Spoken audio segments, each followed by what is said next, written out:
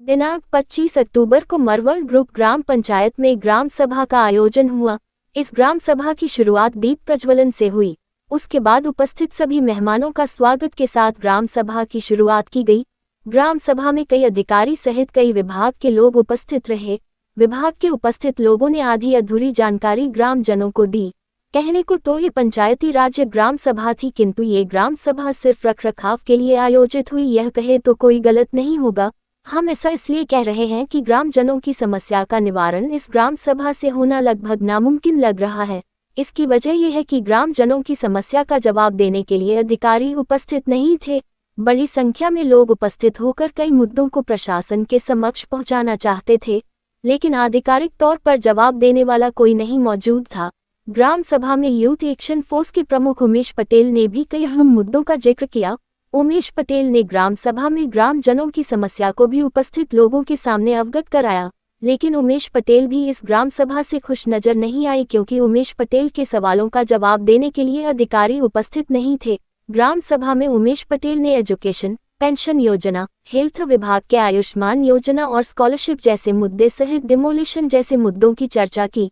इस ग्राम सभा में दमन जिला पंचायत अध्यक्ष जागृति पटेल, उपाध्यक्ष विकास पटेल और ग्राम पंचायत की सरपंच, ग्राम पंचायत के उप सरपंच सहित ग्राम पंचायत के सभी सभ्य, पंचायत के सेक्रेटरी और वीडियो सहित बड़ी संख्या में ग्रामजनों की उपस्थिति रही। ग्राम पंचायत में उमेश बाबू भाई पटेल ने क्या क्या कहा, आइए सुनते हैं। मंच पर विराजमान सभा चेयरमैन सरपंच मैडम, जिला पंचायत अध्यक्ष जागृति बेन, जिला पंचायत उपाध्यक्ष बाबूभाई, एमना नामમાં વિકાસ છે એવા વિકાસભાઈ, પંચાયતના ડેપ્યુટી સરપંચ સતીશભાઈ, પંચાયત સદસ્યો તેમજ બીડીઓ સાહેબ અને વિવિધ ડિપાર્ટમેન્ટથી આવેલા કર્મચારીઓ, પદાધિકારીઓ સાહેબ, हमारी जनता तो गुजराती है, पर मैं हर बार हिंदी इसलिए बोलता हूं कि मेरी बात जिसको सुनानी है उनको समझ में आए। मुझे मालूम है ये ग्राम सभा क्यों होती है, कैसे होती है, वो मैं सालों से देखता हूं। मैं 15 साल का था तो यहाँ है ना, ये यूथ भूमि रहा करती थी। यूथ भूमि यहाँ मतलब ये पंचायत में आना मतलब वो डायरेक्ट यूथ भूमि में पाव रखने के बराबर था। तब से मैं आता हूँ और तब से मैं देखता हूं ये ग्राम सभा सिर्फ और सिर्फ तब से सिर्फ फोटोग्राफी और लास्ट में चाय नाश्ता मिल जाता है। क्योंकि यहां पर मैंने देखा जो काम की बातें हैं वो हमारे सचिव जी ने 1.5 मिनट में पटा डाला। अब जो खर्चा गए साल हुआ उसका पता ही नहीं कि कितना खर्चा किस किस काम के लिए हुआ। हमें पूरा रिपोर्ट चाहिए भाई, कौन काम, कैसा काम, कितने कितने में हुआ, वो कुछ पता नहीं है। पूरा फंड एक ही लाइन में गए। अब जो अगला साल जो होने वाला है वो हमें बताया जा रहा है, ठीक है। और परिवर्तन ही संसार का नियम है, परिवर्तन आएगा और वो परिवर्तन की हम लोग हम लोग सब यहाँ बैठे लोग इंतजार कर रहे हैं। और अगले साल ये सब चीज हुआ रही तो ये ग्राम सभा में बीच की कुर्सी उमेश पटेल दिखेगा, जो यहाँ पर हमारा प्रतिनिधि नहीं है, जिनको रहना चाहिए। पर मुझे पूरा विश्वास है कि लास्ट साल चुका था, अगले साल नहीं चुकेंगे और बीच की कुर्सी में उमेश पटेल बैठेगा और ग्राम सभा में जो बोलेगा वो बिल्कुल दूसरी ग्राम सभा में करके दिखाएगा। चलिए, बहुत दुख है तो जाकिर भाई, आज दुख तो जाकिर भाई यहाँ बोल के गए। सर यहाँ इसलिए बोलते हैं कि आदमी को सुनने वाला कोई है ही नहीं, इसलिए जो आक्रोश है वो बेचारा ये ग्राम सभा में आके कह के जाता है। क्योंकि पूरे साल तो हमें यही सुनना है, हमारे पास कुछ नहीं है, हमारे पास पावर्स नहीं है, हमसे कुछ होता नहीं है, हमारी कोई सुनता नहीं है। तो ये ग्राम सभा का एक मौका मिलता है और ग्राम सभा जो है उसमें सारे डिपार्टमेंटों का नाम लिखा है, मैंने वो पढ़ा था। अब डिपार्टमेंट वाले नहीं आए तो हम लोग कहाँ गए? और आप ही हमारा एक माध्यम है, यहाँ पर डिपार्टमेंट वाले नहीं आए तो उस बातों को आप नोट डाउन करवाइए, सचिव से नोट डाउन करवाइए और जो जो डिपार्टमेंट नहीं आए उनको आप वो चीजें भेजिए कि ये प्रॉब्लम है। अब मैं शिक्षा विभाग की बात करूं तो ये लोग कह रहे हैं कि हम लोग जान के आएंगे। हम समझ के आएंगे। आधी डिपार्टमेंट समाज कल्याण पे डाल रहे हैं, वो उस पे डाल रहा है, वो आया नहीं है। पीडब्ल्यूडी का मेन काम है, वो आया नहीं है। पेंशन योजना बता के बोल के एक लाइन में बोल के चला गया कि इतना मरोड़ में मिलता है। तो ये खाना पूर्ति है। ग्राम सभा का मतलब क्या है? इसको असेंबली बोला गया। यहां पर लिया गया फैसला संवैधानिक है और उसके हिसाब से ही डेवलपमेंट होना चाहिए। जनता को हमें डेवलपमेंट क्या चाहिए वो हम नक्की करेंगे या प्रशासन में बैठे हुए अधिकारी नक्की करेंगे कि ये ग्राम सभा का पर्पस क्या है। ग्राम सभा का पर्पस ही ये है कि हमें रोड क्या चाहिए, कहां चाहिए, हमें कौन सा डिपार्टमेंट, कौन सा डेवलपमेंट चाहिए, हमें कौन सी स्कीम चाहिए, हमारे लोगों को कहां बेहतरी होगी, वो ये ग्राम सभा नक्की करेगी। पर यहां तो क्या हो रहा है, यहां से ऊपर से आता फैसला, हमें तो सिर्फ वो फैसला का सम्मान करना है, अगर नहीं किया तो फिर बुलडोजर। तो ये जो है वो बेचारा राघू भाई भूल गया था, वो मैं बात सर कहता हूं और सचिव से कहता हूं कि थोड़ा वो नोट डाउन करना चालू करें। ये करुणा गरबा से और बम्पर की जरूरत है, वहां एक्सीडेंट हो रहे, वो बोल रहा था। और एक राकेश भाई ने भी बात कही, हमें क्या करना है, 18,000 25,000 वो बोर्ड है ना, राखी मोकल बनाकर। કેમ કે રાજેશભાઈની વાત સાચી, वो બોર્ડ लगावे तो लगावे का, प्रशासन જે આવે ત્યાં રાતના સપના જોઈ, रात को सपना देखता है कि मरोड़ में इतने घरों को तोड़ना है, चालू हमारा तोड़ी ने पूरा कर लागे। आओ हमारे यहाँ 3 बार हुआ सर, विकास का कौन माना करता है, मगर एक बार में आप लोग बताओ ना कि भाई एक बार पीला लाइन, एक बार ऑरेंज लाइन, एक बार लीला लाइन, एक बार लाल लाइन, कितनी बार तोड़ेंगे? एक बार तोड़ के लोगों ने अपनी बाउंड्री को प्रशासन ने बताया कितना तोड़ेंगे, लोगों ने घर बार तोड़कर अंदर ले लिया। 6 महीने के बाद वापस आए, बोले नहीं इतने और चाहिए। फिर वो देखो ये पंचायत के सामने देखो क्या मंदिर है, लोगों ने तोड़ा, खत्म। अब 1 साल के बाद वापस आके लाइन मार के गए और कह रहे हैं और तोड़ेंगे। तो विकास की परिभाषा क्या है? क्या जनता इसीलिए बैठी है कि प्रशासन को रात को नींद ना आए और वो सोचे तो सुबह वो इंप्लीमेंट करवाए? कितनी बार आप तोड़ोगे? एक ही मकान को 4 बार तोड़ोगे? मुझे तो सही में समझ में नहीं आता कर क्या रहा है प्रशासन। चलिए कुछ काम की बातें हैं वो पहले ले लेता हूं, अभी चिंता नहीं करता।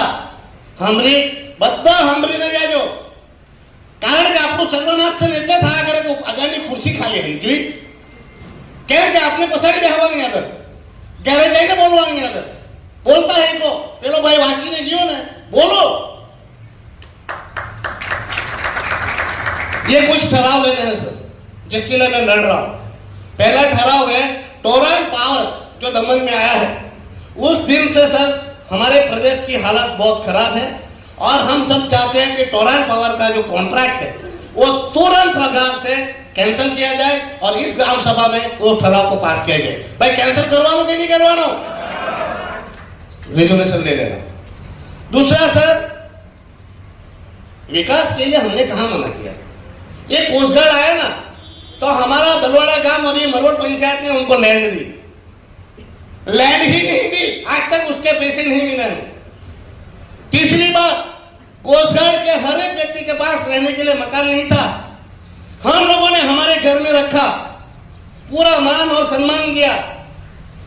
हम लोग दमन तो इतना है, उसमें इंडस्ट्रीज आई दलवाड़ा में, कोस्ट गार्ड आया दलवाड़ा में, उसमें ये नियम वो नियम, फनल लाइन, उसमें फनल लगता है, घर नहीं मान सकते क्योंकि वो उसका फ्लाइट का उड़ने का टेक ऑफ और उसका होता है प्रॉब्लम। उसमें अभी कैनल वाला तो दमन दलवाड़ा में है क्या, पूरा दमन में क्या है, तीनों समंदर किनारा बसा हुआ है, सारी जगहों पे 3 जगह से नदी जाती है तो उसके क्राइटेरिया लगता है, क्या आर्कोलॉजी लगता है, फॉरेस्ट लगता है, तो हमारे पास लैंड कहाँ है? इतने साल से कोस्ट गार्ड चल रहा था, कोस्ट गार्ड वालों को कोई प्रॉब्लम नहीं आई, हमारा प्रशासन को यह प्रॉब्लम होगी कि दलवाड़ा की लैंड चाहिए, उसका कोई विकल्प नहीं है। और हमने बार बार ग्राम सभा में ठहराव पारित कराया कि भाई कोस्ट गार्ड और एक नया वो रनवे बनाने के लिए जो जमीन संपादित हो रही है उसका हमारा विरोध है। भाई आपने विरोध करवानो कि नहीं करवानो? तो वो भी ठराव लिखा जाए कि जमीन संपादन में इतना विरोध होने के बावजूद जो प्रशासन हमारे दलवाड़ा की जमीन संपादित करना चाहती है वो एक्सटेंड ना किया जाए और उसको जितनी जमीन पहले दी है उसमें ही सफिशिएंट माना जाए। और प्रॉब्लम क्या है? विकास, रोड बनाए लो, कांठे पे बहुत अच्छा रोड, हम कहां मना करते? हम लोग मना करते हैं क्या? विकास के लिए तो दमनदीप क्या पूरा भारत चाहता है कि विकास हो प्रदेश का, मगर किस कीमत पे विकास हो? विकास क्यों जरूरी है? तो ये विकास प्रोजेक्ट बने कोई बात नहीं, मगर हमारे मरवड़ में जिनके घर बार चलते हैं लगभग 400 से 500 फैमिली पलती है, 500 फैमिली के साथ दूसरे सब्जी वाले, तरकारी वाले, जो तरकारी वाला है, मच्छी वाला है, बर्फ वाला है, एग्स वाला है, उनके भी कम से कम 2000 लोगों के धंधे पलते हैं। तो हम चाहते हैं कि मरवड़ पंचायत में जो लारी गल्ला है उनको जो बाकी की जमीन है उसमें कायदेसर की परमिशन दी जाए और लारी गल्ला लगाने का परवानगी दी जाए और पंचायत उस पर रेजुलेशन पास करे कि हमारे सारे लोगों का लारी गल्ला, ये जो बाकी की फॉरेस्ट लैंड बताई जाती है मगर वो तो हमारी ही है, तो वो लैंड में हमें वहां पर लोगों को लारी गल्ला लगाने का कायदेसर का परमिशन दिया जाए। भाई मुझे अपने प्रोफेसर मोकलू के लारी गल्ला माटे। और दमन में नहर का बात आती है तो मैं यहाँ वो भी नहीं है, पीडब्ल्यूडी वालों को पूछना चाहता था कि नहर का पानी हमारे मरवड़ पंचायत में कितने दिन आया? पर नहीं है भाई, अब मैं पूछूं तो किसको पूछूं? जबकि 30 साल हो गए आज तक दलवाड़ा में नहर का पानी नहीं आया। और जाके तुरंत थोड़ी गलती करी, हमारे यहाँ जमीन संपादन का पैसा मिला ही नहीं खेडूतों को। मरवड़ पंचायत में नहर का पैसा मिला ही नहीं तो जमीन कैसे संपादित हुई? तो ये नया जो मैप आया उसमें भी कैनल दिखती नहीं है और ना पानी की जरूरत है ना पानी आने वाला है। पानी खेमानी से जब पूरा खेमानी से बच जाएगा तो आएगा ना, तो उसको दारू बनाने दो, पर हमें ये नहर के पानी की जरूरत नहीं है हमारे विस्तार में और नहर भी नहीं है। तो ये नहर भी जो प्रपोज रखी है मरवड़ पंचायत में उसको कैंसिल किया जाए। और हमने तो अभी भी जमीन का पैसा लिया ही नहीं है, तो ये मैटर भी खत्म करो कि ताकि लोगों को और प्रॉब्लम ना। भाई नहर कैंसिल करवा लो, नहीं करवा लो तो भाई ले तो जाएगी। दलवाड़ा में जो शहीद भगत सिंह ग्राउंड है सर, उसको डेवलपमेंट करने की जरूरत है और मुझे थोड़ा डर लग रहा है कि उसको पॉन्ड बताया है, पर मैं आपको बताना चाहता हूं ये तालाब और ये मरवड़ का तालाब ये गामधनी में थे सर, और ये पूरा मरवड़ पंचायत गामधनी में था। तब हमारे सांसद स्वर्गीय डैया भाई थे, तब हम लोगों ने लड़कर वो फादर वगैरह से लड़कर हमने ये पूरा मरवड़ पंचायत को गामधनी से निकालकर खेडूतों के नाम करवाया था। तो ये तालाब जो है उस स्पेसिफिक ये तालाब ये हमारे मरण या सब वो करते हैं हम लोग रीति रिवाज उसके लिए, और दलवाड़ा का तालाब हम लोग को अलर्ट किया था ग्राउंड के लिए।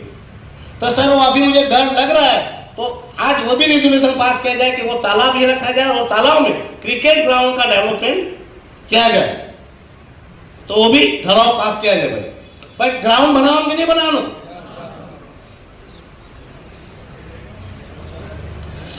बीजू हमारे दलवाड़ा में गौशाला है जो बीमार गायों के लिए थी और है और रहेगी।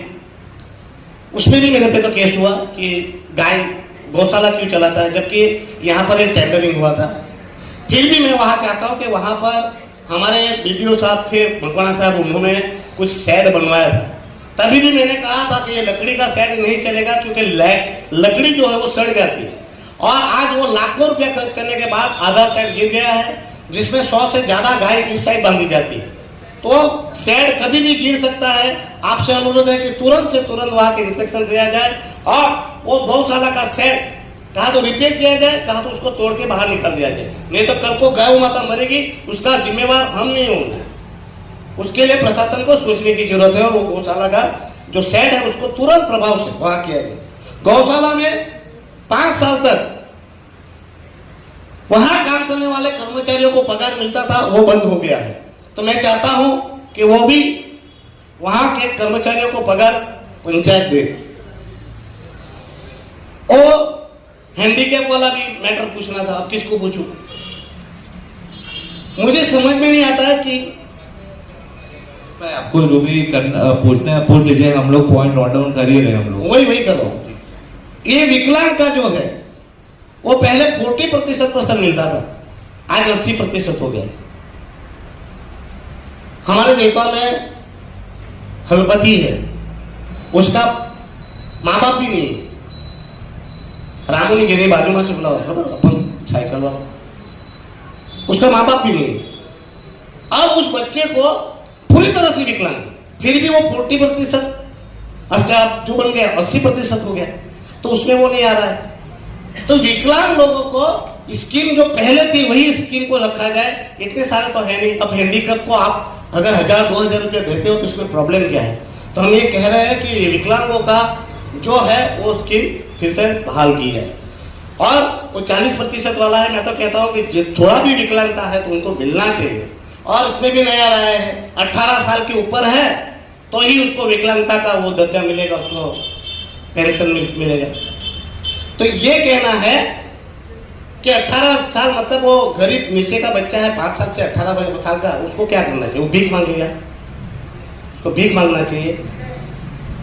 या 1 साल का है, 2 साल का है, उसको ज्यादा जरूरत है, तो विकलांगता के लिए उम्र की सीमा निकाल दी जानी चाहिए। अब ये कुपोषण वाला बहुत चल रहा है, कुपोषित। तो मैं सर उसके लिए ठराव चाहता हूं, भाई पहले स्कूल में खाવાનું મળતું હતું, આપણા ગામમાં જ સ્કૂલમાં બનતો હતો, તે ખરાબ હતું ભાઈ, તે જ પાછું બનવા જોઈએ કે પેલા તો અક્ષય પાત્રથી આપવા જોઈએ। तो सर ये अक्षय पात्रा का कॉन्ट्रैक्ट तुरंत प्रभाव से कैंसिल किया जाए। आज प्रशासन कुपोषण की बात कर रहा है तो उसके लिए जिम्मेवार मेरी नजर में सिर्फ अक्षय पात्रा है। अक्षय पात्रा का खाना खाने के बाद 4 साल हो गए तो क्यों कुपोषित हो रहे? और मजे की बात, बालवाड़ी में भी अक्षय पात्रा का खाना आने लगा है। पहले हमारे यहाँ बालवाड़ी में अच्छा भोजन बच्चों को मिलता था, बालवाड़ी में ही बनाया जाता था और बच्चा प्यार से खाता था। वहाँ सीरो हो, लपसी हो, मूंग दाल हो, चना हो, वो सब कुछ वहां पर मिलता था। मैं तो कहता हूँ दूध और अंडा भी चालू किया जाए ताकि बच्चों में कुपोषण का शिकार ना हो। तो ये कुपोषण के लिए टीचरों को गोद देना ये वाजिब नहीं है। अगर गोद लेना है तो प्रशासक प्रफुल्ल भाई को लेना चाहिए, कलेक्टर को लेना चाहिए और आप अधिकारियों को लेना चाहिए। तो ये कुपोषित वाला के लिए ये आंगनबाड़ी में अंडा हमने चालू किया है, अंडा बहुत अच्छा किया। तो सर वो भी मिड डे मील का कॉन्ट्रैक्ट कैंसिल करने का आप लिखो। और सारे अधिकारी IAS IPS दानिश जितने लोग हैं यहाँ पर वो गोद ले लेंगे एक बच्चा, और हम लोग भी देखेंगे वो लोग कैसा। पहले हम देखेंगे कि IAS IPS BDO मामलेदार ये जो है वो कैसे बच्चों का रख रखाव करते हैं, तो उस हिसाब से हम लोग प्रेरणा लेंगे और अगले साल फिर हम लोग एक नहीं पैट लेंगे। सर इधर ये बोर्ड में जो है ना पहला फिगर लिखा है पेमेंट ऑफ क्लीनिंग लेबर्स। बाबू भाई तो बोलू पड़े हमारे बात, केम क्या बता जेन्युइन मुद्दा हमारे उठा हुआ पड़े। ये 20 लाख रुपया हम लोग क्लीनिंग लेबर्स को दे रहे हैं।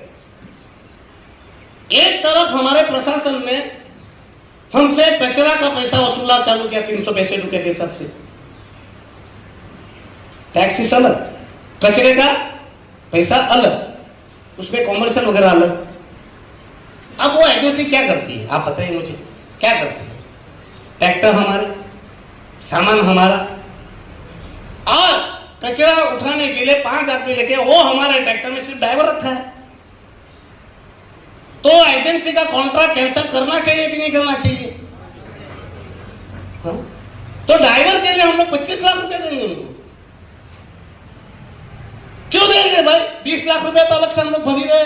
तो हम चाहते हैं कि वो कॉन्ट्रैक्ट भी तुरंत प्रभाव से, हमें बिना पूछे, हमारी बिना अनुमति के कॉन्ट्रैक्ट कैसे दिया गया, तो ये कॉन्ट्रैक्ट भी तुरंत कैंसिल किया जाना चाहिए।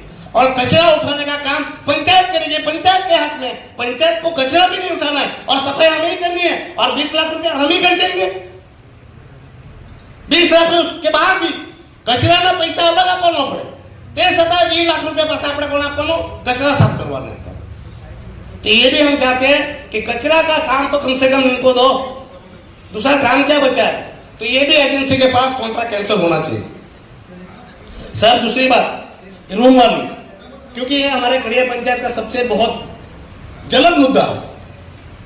ये इंडस्ट्रीज आई ना सर, ये सारी लैंड हमारी है, ये विकास के लिए हमने भोग दिया है, वो प्रशासन के पास नहीं थी लैंड।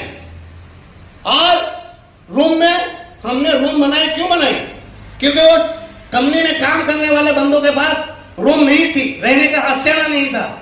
जब कंपनियों को जरूरत थी तो हमने उनको घर दिया, मकान दिया। और कौन कहता हम लोग उन पर अत्याचार करते, जाके पूछिए रूम वालों को, उन चौड़ में रहने वाले लोगों को, हमने हमारा परिवार बनाकर उनको रखा है। कोई भी दिक्कत आती है तो हम लोग उनसे बात करते हैं, उनका दुख दर्द में काम आते हैं। चौड़ जिस प्रकार का बढ़ा वैसा रूम 1000 रुपए में 1500 रुपए में कौन सा रूम मिलेगा। आज आप पुणे जाइए 15,000 25,000 का वो होता है, भाई हमने देर कर रहा है और खावा में ना दे, खाना भी रखो। तो ये चौल ये हमारी लाइफ लाइन है, और इंडस्ट्री से केवल और केवल हम लोग को चौल के हिसाब से पैसा मिलता है और हमारा घर चलता है। आप एक तरफ कहते हो कि चौल को व्यवस्थित बनाओ, अच्छा हवा उजास रहना चाहिए, और एक तरफ हम लोग जब तोड़कर उसको रिपेयर करना चाहे तो आप लोग नोटिस भेज देते हो।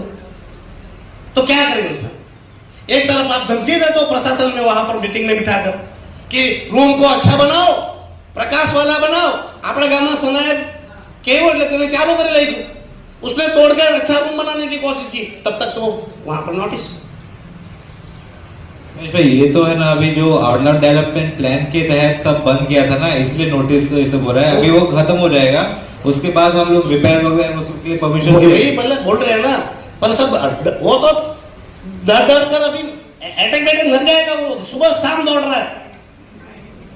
तो ये मतलब कि रूम एक तरफ आप ही बोलते हो बुलाकर कि रूम को अच्छा बनाओ, और एक तरफ वो बेचारा रिपेयर करने जाए, उसको नोटिस भेजते तो डरेगा ना इंसान। तो कहा तो क्लियरिटी लाए प्रशासन कि भाई आप लोगों को रूम अच्छी बनानी तो अच्छा बनाएंगे।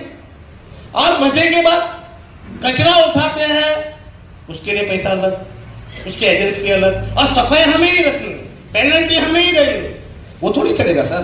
तो मैं चाहता हूं कि रूम वाला जो है, अभी तो सब एग्रीकल्चर से निकल ही गया, क्योंकि दमन में खेती-बाड़ी करने की जरूरत क्या है, दमन में तो सब उद्योगपति रहते हैं, अब खेती की क्या जरूरत है। तो अभी ये रूम जो है वो सारी की सारी रूमों को लीगल करने का प्रोविजन निकालो सर। सारी की सारे रूम जितने भी चौल है उनको अनऑथराइज नहीं मानकर उनको लीगलाइज किया जाना चाहिए, क्योंकि इतने साल से हम लोगों ने सरकार की सेवा की है, इंडस्ट्रीज की सेवा की है, और बिना सेवा के हमको कुछ मिला नहीं है। तो हम चाहते हैं कि रूमों को लीगल करने के लिए भी रेजोल्यूशन पास के रूम बंद करवाने के नहीं करवाने। अबे बीजी बात ये होगी, स्कूलों में स्कॉलरशिप 1 से 8 की कक्षा को SC ST OBC को जो स्कॉलरशिप मिलती थी वो बंद कर दी गई। हम चाहते हैं कि वो स्कॉलरशिप फिर से चालू हो जाए, बहाल हो। 9 से 10वें में भी, अब सर ने लास्ट टाइम CEO सर ने बोला था कि हम लोग शायद 9वीं और 10वीं कक्षा के बच्चे को खाना नहीं मिलता मिड डे मील में। मैं तो कहता हूँ 11वीं और 12वीं को भी मिलना चाहिए, क्योंकि 8वीं तक खाना खाएगा और 9वीं और 10वीं बच्चा का क्या क्या रहेगा, तो उसको भी मिलना चाहिए।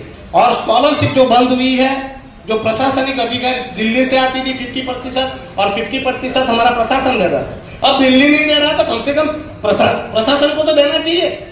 अब एक राहुल भाई इसलिए बोल रहा हूं, एक बच्चे का पूरा स्कॉलरशिप तक का डॉक्यूमेंट बनाने के लिए एफिडेविट से लेकर दौड़कर आदमी का 500 से 600 रुपए का खर्चा होता है।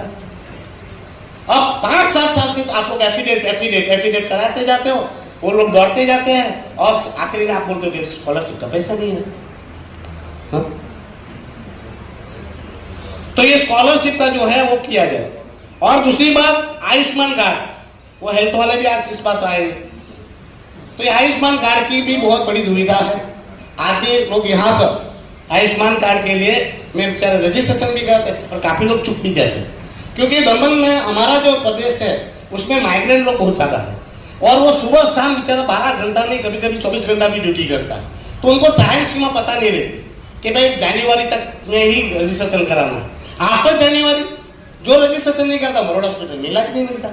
अब 60,000 65,000 का सिर्फ ऑपरेशन आ जाता है तो आदमी करा नहीं पाता। तो मैं तो चाहता हूँ मरोड़ हॉस्पिटल में ये जो स्कीमें रखी गई है कि पैसा दो और इलाज कराओ वो बंद किया जाए और फ्री में सबको इलाज मिलना चाहिए। भारत का संविधान ये कहता है फ्री एजुकेशन और फ्री हेल्थ वो सबका संवैधानिक अधिकार है और वो मिलना चाहिए। प्रशासन बड़ी बड़ी डेवलपमेंट बनाएगा, बड़े बड़े हॉस्पिटल बनाएगा, बड़ी बड़ी स्कूल बनाएगा, तो हॉस्पिटल में इलाज ही नहीं मिलेगा तो उसको डेवलपमेंट को क्या करे, वो बिल्डिंग का क्या करे, वो स्कूलों में टीचर ही नहीं है तो वो स्कूल का हम लोग क्या करें। तो चाहता हूं कि आयुष्मान कार्ड के लिए कहा जाता है कि उसमें भी प्रॉब्लम यह है कि आयुष्मान कार्ड में मिली हुई प्राइवेट हॉस्पिटलों में वो कहते हैं कि प्रशासन द्वारा पैसा नहीं मिलता आपके यहाँ से, तो इलाज के लिए काफी लोगों को मना किया जा रहा है। तो मैं चाहता हूं कि वो भी सुधार किया जाए या तो आयुष्मान कार्ड की एजेंसी को बदला जाए ताकि लोगों को इलाज मिले और मरोड़ हॉस्पिटल से सरकारी जितनी भी हॉस्पिटल है उसमें चिकित्सा सुविधाएं फ्री ऑफ कॉस्ट मिलनी चाहिए। सर मैं पूछना चाहता हूं क्या है पंचायती राज, क्या है संशोधन 73, क्या है, क्यों 73 संशोधन क्यों किया गया? पंचायतों को सक्षम बनाने की क्यों बात की गई थी? पंचायतों का पावर छीन लिया गया। आज पंचायत का सेक्रेटरी सरपंच की बात नहीं सुनता। आज पहले हमारी पंचायतों को नोटिस देने का अधिकार पंचायतों को था, तोड़ने का काम भी पंचायतों के पास था। आज पंचायत के पास कुछ नहीं है सिर्फ सफाई करने के सिवा। तो हमारे पंचायती में संशोधन में कहा गया पंचायती राज सक्षम होना चाहिए। तो आज पंचायती राज का लोकशाही में मिले हुए अधिकारों को छीन लिया गया है। तो मैं चाहता हूं पंचायती राज को पावरफुल किया जाए, जनप्रतिनिधियों की आवाज सुनी जाए, तो पंचायती राज का पावर रिस्टोर किया जाए। आपको बताना चाहता हूं आज हमारे घर टूटते हैं, मकान टूटता है, दीवार दुकान टूटता है, उसकी जवाबदेही कौन है? हम सब। अगर पंचायत के पास पावर होता था, पहले नोटिस देने का पावर किसके पास था? पंचायत के पास। तोड़ने का पावर किसके पास था? पर नए संशोधन किए गए हमारे यहाँ एडमिनिस्ट्रेशन में और सारे पावर आज छीन लिए गए। अगर आज पंचायत के पास होता तो आज एक रूम क्या, एक दुकान क्या, एक मकान तक नहीं टूटता। बगैर तब हमारे प्रतिनिधियों को क्या है, गले में पट्टा डालना है और रास्ते पे खड़ा रहना है। जब संशोधन हो रहा था तब हमारे प्रतिनिधि बोले नहीं और उनके ही पावर छीन लिए गए और आज कठपुतली बनकर नाच रहे हैं। तो आज अगर हमारा टूट रहा है तो उसकी वजह पंचायत को मिली हुई सत्ता को छीन जाना। तो हम चाहते हैं कि ये जो संवैधानिक अधिकार मिला हुआ है हमें पंचायतों के पावर को रिस्टोर करना, उसको पर भी ठहराव पास किया गया। भाई पंचायत में पावरफुल बनाओ कि नहीं बनाओ? नहीं।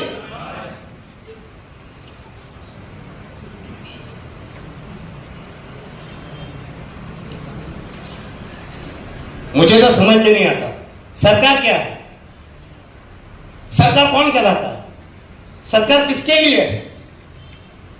कहा जाता है कि जनता का, जनता द्वारा और जनता के लिए चलाई जाने वाली जो अथॉरिटी है वो सरकार होती है। ये जनतंत्र है। क्या हमारे दमन में जनता के द्वारा, जनता के लिए और जनता के काम से चल रहा है सरकार? यहां तो जनता को पूछे ही नहीं जाता कौन से अधिकार बन रहे, कौन से नियम बन रहे, कौन सा हम पे तो नियम लाकर थोपे जाते हैं। सरकार क्या है, डेवलपमेंट क्या है, डेवलपमेंट का मतलब क्या है? हम विकास विकास विकास करते हैं, विकास का मतलब क्या है, किसका फायदा होना चाहिए? लोकतंत्र में कहा गया है विकास मतलब ગાંધીજીએ કહ્યું હતું કે છેવાડાનો માણસને જ્યાં સુધી જામથી જીવવા માટે સક્ષમ ન થાય અને મજબૂત ન થાય તેના સિવાયનો કોઈ વિકાસ નથી। આ તો તમે ઘર તોડી નાખ્યા કરે, મકાન તોડી નાખ્યા કરે, દિવાલ તોડી નાખ્યા કરે, દુકાન તોડી નાખ્યા કરે, તો આ વિકાસને શું કરીએ? जो मानवों जीवन में परिवर्तन ही नहीं आता है और वो परिवर्तन नहीं आ रहा है तो ऐसे विकास का हम क्या करें? अरे वो नहर की बात करते हैं कि नहर के बने हुए कंस्ट्रक्शन हमने तोड़े हैं, मुझे दुख होता है। गरीबों के तो मकान आपने तोड़ दिए। वही दलवाड़ा ने थोड़े से आगे आगे आगे गए, एक फार्म हाउस का आपने सिर्फ वो लगा हुआ था ब्लॉक, वो उखाड़ दिए। तो उसी बाजू में एंकर गोडाउन था, उसमें पूरी नहर गई थी, वो प्रशासन को नहीं दिखी। डिमांड बना हुआ है डाबेल में, पूरी नहर के बीच में से बनी हुई है, वो नहीं दिखता है प्रशासन को। रेलवे कंपनी नहीं दिखती है। खेमाड़ी के कच्ची गांव में, वाकड़ में पूरी नहर अंदर गई है और वो नहर के पानी से वो दारू बनाता है, वो प्रशासन को नहीं दिखता है। गरीबों के मकान, गरीबों के घर, गरीबों के दुकान तोड़ना है तो प्रशासन को दिखता है। तो नियम सबके लिए बनाओ। अगर गरीब पे कार्यवाही होती तो अमीरों पर क्यों नहीं? अमीरों का विकास ये विकास नहीं है, वो छोटे से छोटे आदमी का विकास होना चाहिए, तब जाके विकास होगा।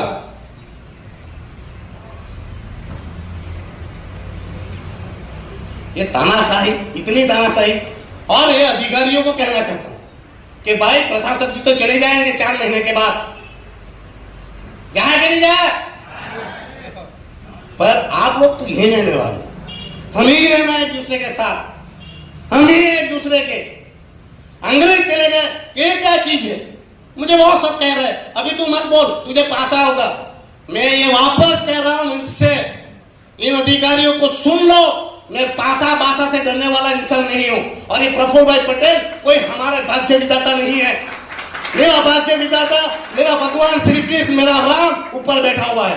ये देश के लिए लोग फांसी चढ़ गए, भगत सिंह जैसा इंसान फांसी चढ़ गया, जिसको मैं अपना गुरु मानता हूं। अगर जरूरत पड़ी तो दमन की जनता के लिए मरने के लिए तैयार है। ये पासा बासा से हम नहीं डरते। और प्रशासन से कह देना, अगली बार 4 महीना बाकी है, उन अधिकारियों को वापस कहता हूं, अगर चुनाव में थोड़ा इधर उधर हुआ तो तुम लोग है ना, काला बाजार फिल्म देखी आई थी, काला बाजार, जैकी श्रॉफ और अनिल कपूर की, उसमें अधिकारियों का क्या हाल होता है वो पिक्चर सब देख लेना। क्योंकि 4 महीने के बाद अगले महीने जब ये ग्राम सभा होगी तब उन अधिकारियों को पता चलेगा कि ये होता क्या है अत्याचार। और भगवान से डरो। आप आज गरीब की छाती से, मुंह से निवाला छीन रहे हो। आप भगवान न करे देश से अंदर નથી ને ભગવાન ની લાઠી જેદાડે ફરશે તેદાડે તમારું બધું કર્મનો ફેસલો એ થશે। ગરીબોના ઘર, મકાન, દુકાન તોડવાના બસ। अरे रास्तों की हम लोग कहां मना करते हैं? 5 साल से डेवलपमेंट नहीं देखेंगे हम लोग। 5 साल हो गए हमारे रास्तों को खोदे हुए, हर साल नया खुदाई चालू हो जाती है। हम लोग कोस्टगार्ड के विरोधी थोड़ी, हमारा घर परिवार है, हमारा कोस्टगार्ड हमारा अभिमान है, हमारा राष्ट्र हमारा अभिमान है। मगर जब नियम आता है, हमारा छोटू काका ने जर्नी बाजू में बड़ी दीवार हमारी तोड़ दी गई, तो कोस्टगार्ड की दीवार क्यों नहीं तोड़ी गई? लोगों के संवेदना रखो। ये जो देश है वो लोगों का देश है, लोगों से बना हुआ देश है। हमारे प्रतिनिधि देश चलाएंगे। यहां तो क्या कर रहा है, वहां से नक्की होता है, प्रतिनिधियों को पता ही नहीं। यहाँ एमपी अब आप बता रहे थे कि सबसे अच्छा हमारा 20 में रास्ता बना, तो ओपनिंग के लिए मोदी जी आए, हमारे प्रधानमंत्री जी आए, यशस्वी प्रधानमंत्री नरेंद्र भाई मोदी जी आए, और हमारे एमपी को वहां जाने तक नहीं दिया। एमपी को रास्ते से निकाल के भेज दिया।